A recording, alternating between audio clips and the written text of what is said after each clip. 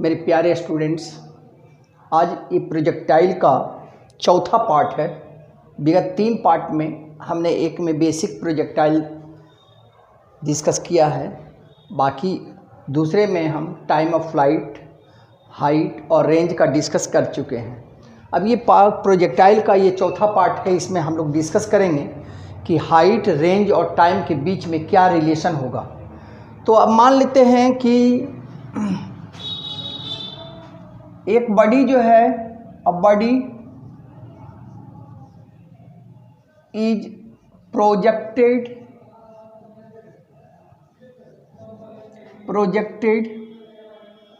Eight angle theta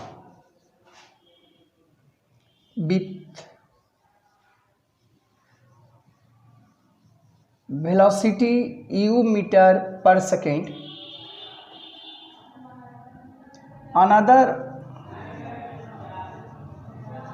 Another body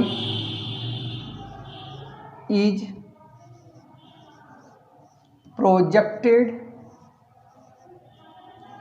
at angle 90 minus theta at same point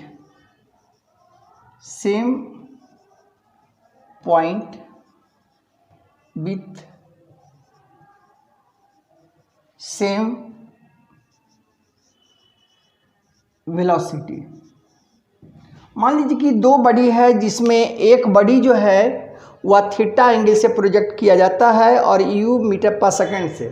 दूसरा body है जो उसी point पर से लेकिन 90 माइनस थीटा एंगल से प्रोजेक्ट किया जाता है और सेम वेलोसिटी से प्रोजेक्ट किया जाता है। तो क्या दोनों का रेंज समान होगा या दोनों का रेंज अलग अलग होगा?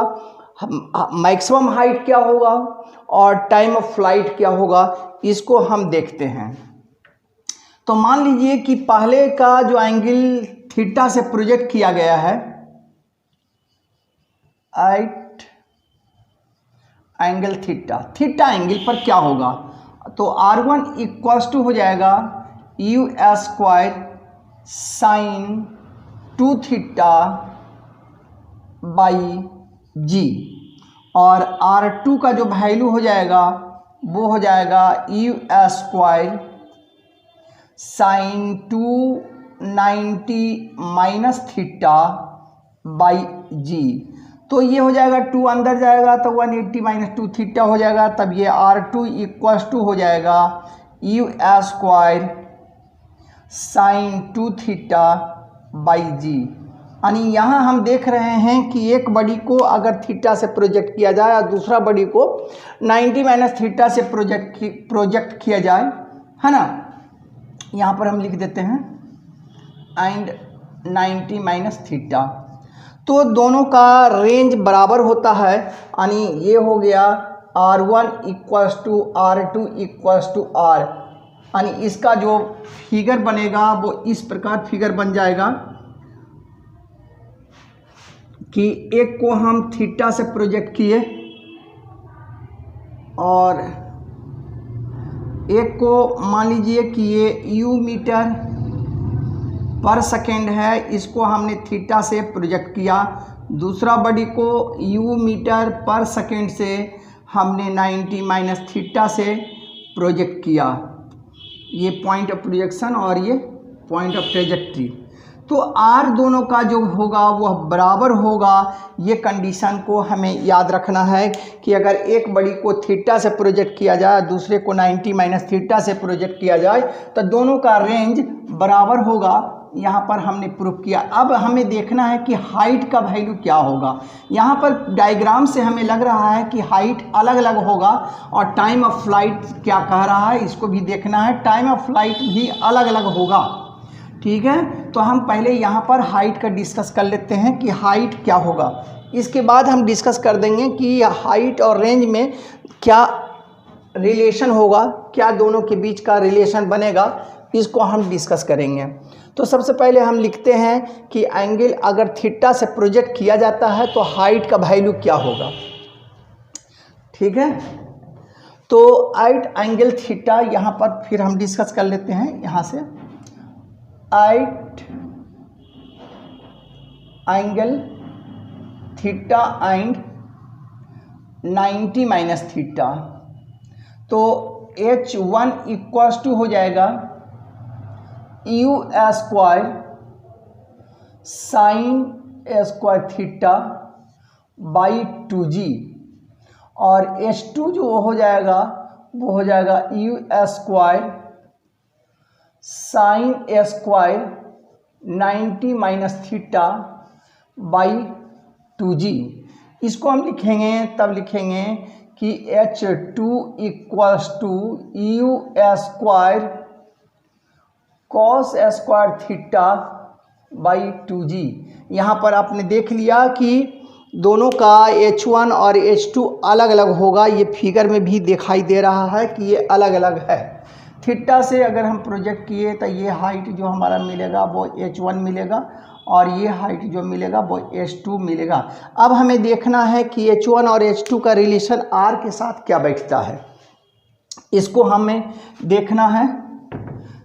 Relation between H1, H2 and R, इसके बीच का रिलेशन हमें देखना है।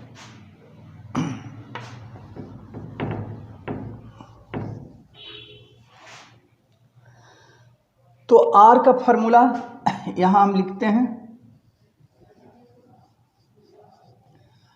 Relation between H1, H2 and R। यहाँ R का जो वैल्यू हो गया वो हो गया 2u square cos theta into sine theta by g। अब इस इक्वेशन में हम ऊपर वाले इक्वेशन से अगर टैली कराएं तो हमारा यहाँ साइन स्क्वायर थीटा है यानी, और कॉस स्क्वायर थीटा है, लेकिन यहाँ कॉस थीटा है और यहाँ साइन थीटा है। नीचे यहाँ 2g है, नीचे यहाँ 2g है, और यहाँ पर g है। तो इसको हम कंपेयर करने के लिए हम क्या करेंगे कि यहाँ पर 2g से ऊपर नीचे मल्टीप्लाई कर देंगे। तो 2g से ऊपर नीचे मल्टीप्लाई करेंगे तो हमारा इक्वेशन क्या बनेगा, इसको हम देख लेते हैं। तो 2 से हम ऊपर नीचे मल्टीप्लाई किए तो यहाँ स्क्वायरिंग हमें करना होगा। तो स्क्वायरिंग करने के लिए हमें इसकी ज़रूरत नहीं पड़ेगी, बिल्कुल जी की ज़रूरत नहीं पड़ेगी। सीधा 2 से ऊपर नीचे हम मल्टीप्लाई कर दें और बोथ साइड स्क्वायर कर दें, ठीक है। तब हमारा आ जाएगा 2 इंटू 2, 4 और 4 का स्क्वायर 16, क्लियर। और ये हो गया, यहाँ पर स्क्वायरिंग हुआ तो ये हो गया you square cos square theta by 2g into you square sine square theta by 2g।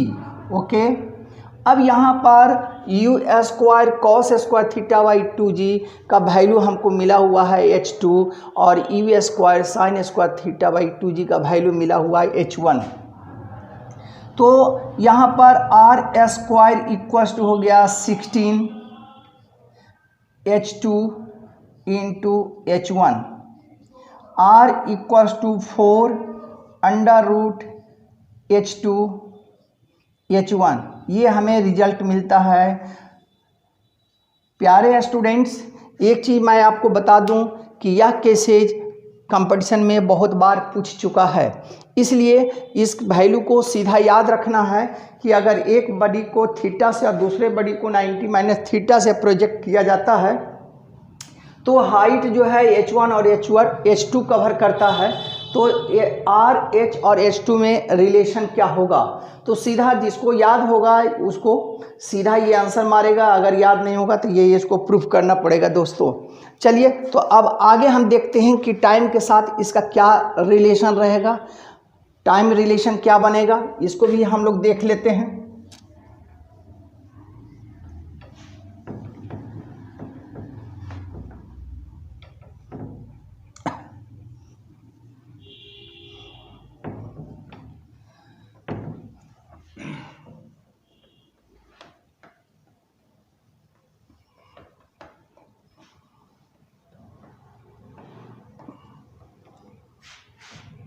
अगर थीटा एंगल से प्रोजेक्ट किया जाता है तो टाइम ऑफ फ्लाइट क्या होगा, इसको देखते हैं।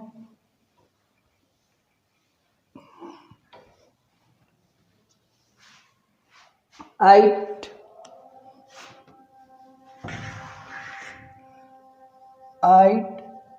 Angle theta and 90 minus theta, तो टाइम ऑफ फ्लाइट का वैल्यू हो जाएगा 2u sine theta by ji. T2 का वैल्यू हो जाएगा 2u sine 90 minus theta by G, that is, इसको हम कहेंगे T2 equals to 2u cos theta by G.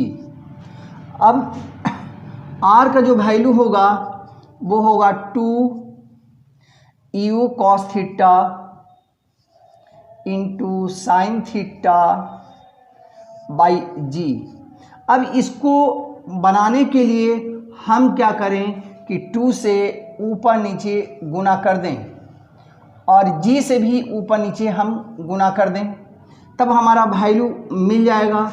ये 2 इसके साथ आ जाएगा, u यहाँ पर u ऑलरेडी है, u स्क्वायर होता है तो u टूट गया है, तो ये हो गया 2u cos theta by G into 2u sine theta by G into G, ये मिलेगा दोस्तों। अब ये हो गया r इक्वल्स टू, यहाँ g है तो g बाई 2 यहाँ मिल जाएगा।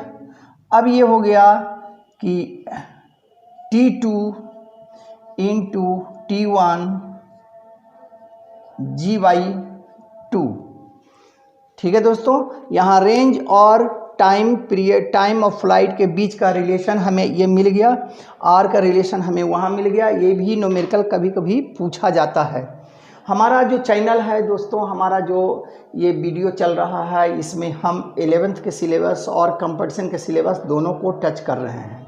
अगर हमारा ये वीडियो, हमारा ये चैनल आपको अच्छा लगता है दोस्तों, तो सब्सक्राइब कीजिए और आई बटन के को दबा दीजिए, साथ ही साथ शेयर करिए। अगर करते हैं तो हमारा मनोबल बढ़ता है, जिससे मैं और भी डेप्थ इसकी स्टडी आपको करवा सकता हूं, वीडियो में अपना चैनल में इसको डाल सकता हूं। ठीक है दोस्तों, तो आप ये काम ज़रूर करें ताकि हमारी जो है मनोबल बढ़ता रहे। चलिए आगे देखते हैं इसका।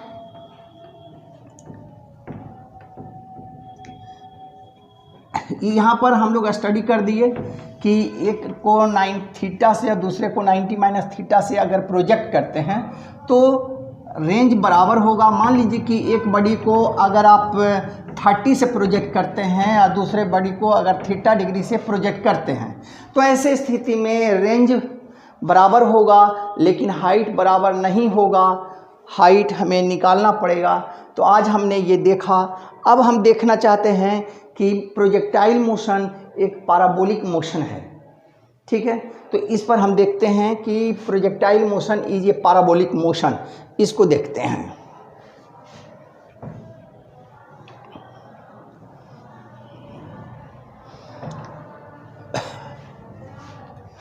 Projectile motion is a parabolic motion. Projectile motion is a parabolic motion. किसी हॉरिजॉन्टल पॉइंट पर से एक बॉडी को v वेलोसिटी u मीटर पर सेकेंड से प्रोजेक्ट किया जाता है विथ एंगल थीटा, तो ये इस तरह जाएगा और यहाँ b पर टकराएगा। ठीक है दोस्तों, मान लीजिए कि किसी टाइम यहाँ पर बॉडी पहुँचता है जिसका वेलोसिटी v मीटर पर सेकेंड होता है। जैसे जैसे ऊपर जाता जाएगा वेलोसिटी कमता जाएगा। यहाँ पर a पर पहुँचता है और a पर पहुँचने पर at t1 equals to t second लेता है। क्लियर? और ये हाइट जो होता है ये बाई हो जाता है और ये डिस्टेंस एक्स हो जाता है। यहाँ पर वेलोसिटी का जो कंपोनेंट इस पर मिलेगा वो मिलेगा u x equals to you cos theta. अब इस ए पॉइंट पर हम बाई एक्सिस का इक्वेशन लगा देंगे तो पहले इस हॉरिजॉन्टल एक्सिस पर एक्सेलरेशन नहीं होगा, इसलिए एक्स का जो वैल्यू होगा एक्स इक्वल्स टू होगा यू एक्स इंटू टी, ठीक है।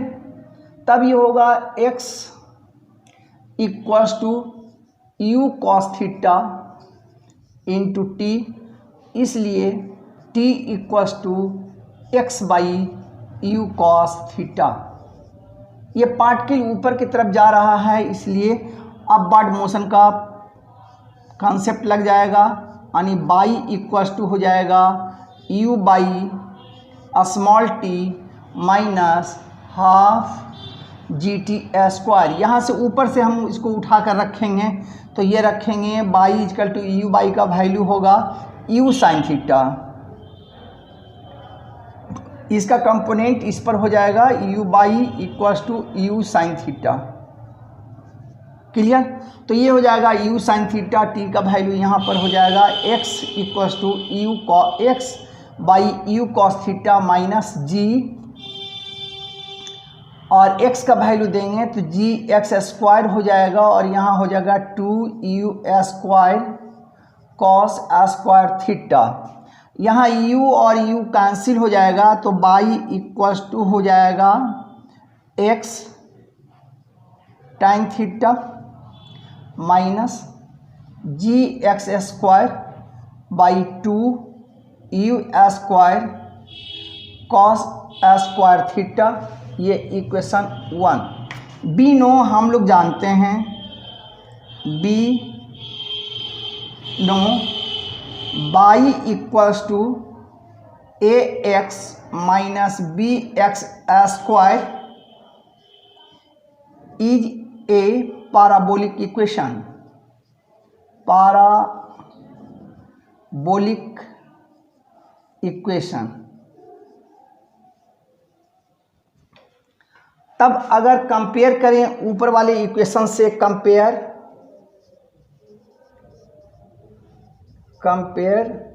द अबव इक्वेशन, ऊपर के इक्वेशन से अगर आप कंपेयर करते हैं अबव इक्वेशन, अगर ऊपर वाले इक्वेशन से आप कंपेयर करते हैं तब यहाँ पर आपको मिलेगा कि a equals to tan theta मिल जाएगा और b इक्वल्स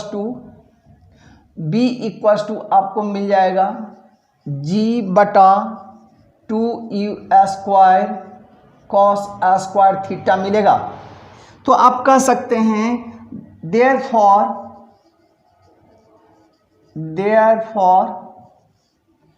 वी कैन से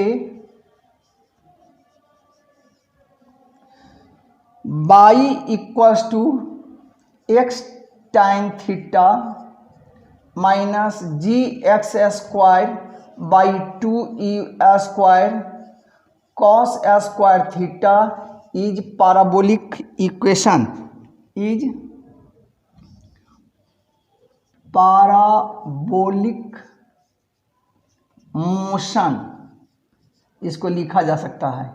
यहाँ पर दोस्तों मेरा ये सोल्व हो गया और हमने ये सिद्ध कर लिया कि प्रोजेक्टाइल मोशन जो होता है वह एक पैराबोलिक मोशन होता है। अब हमें यहाँ पर जो इसका आगे का जो फॉर्मेट हम आपको बताने जा रहे हैं, इस पे कंपटीशन में क्वेश्चन ज़रूर पूछा जाता है, इसलिए इसकी फॉर्मेट को, आगे फॉर्मेट को देखा जाए। आगे का जो सूत्र हम आपको फॉर्मेट करके देंगे उसे आप याद रखेंगे, इससे आपको बड़े बड़े क्वेश्चन जो है शॉर्ट वे में आपका सोल्व हो जाएगा। और कंपटीशन में इस पॉइंट पर क्वेश्चन हमेशा पूछा जाता है। अब इस इक्वेशन को अगर हम गौर से देखें तो इसमें हम टाइन थीटा को हम कॉमन ले रहे हैं। तो देखिए अगर टाइन थीटा को आप कॉमन लेते हैं तब क्या होता है, y equals to tan theta हमने कॉमन ले लिया।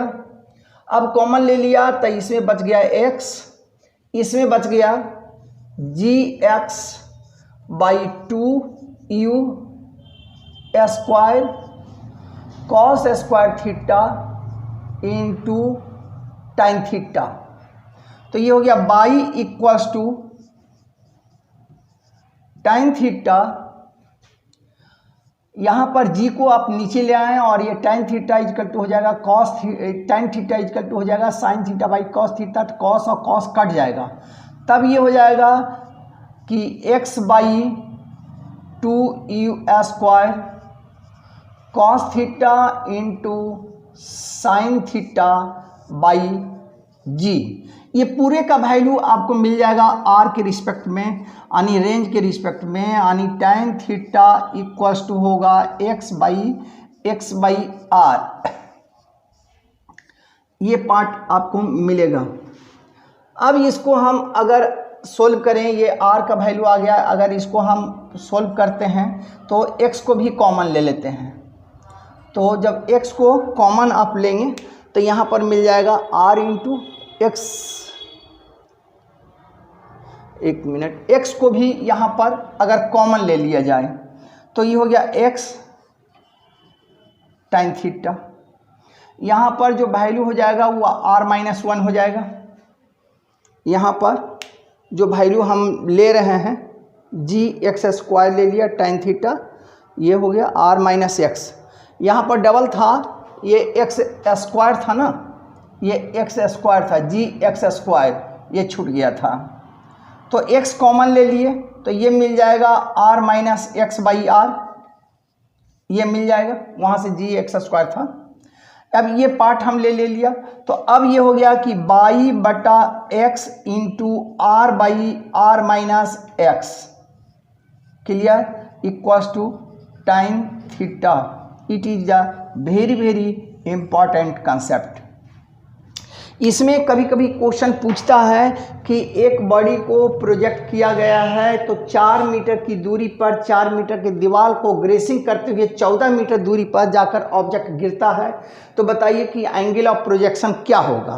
तो 4 मीटर की दूरी पर यानी x इक्वल टू 4 और 4 मीटर की दीवार है तो बाई इक्वल टू 4 और 14 मीटर दूरी जाकर गिरता है, इसका मतलब है कि 18 बाई 14। इतना को सोल्व करेंगे तो एंगल ऑफ प्रोजेक्शन आपको मिल जाएगा। यानी ये बहुत इंपॉर्टेंट क्वेश्चंस है। कल इस पर हम कुछ क्वेश्चंस भी कराएंगे और कुछ ऐसे क्वेश्चंस कराएंगे जो प्रॉब्लम फॉर्म में है।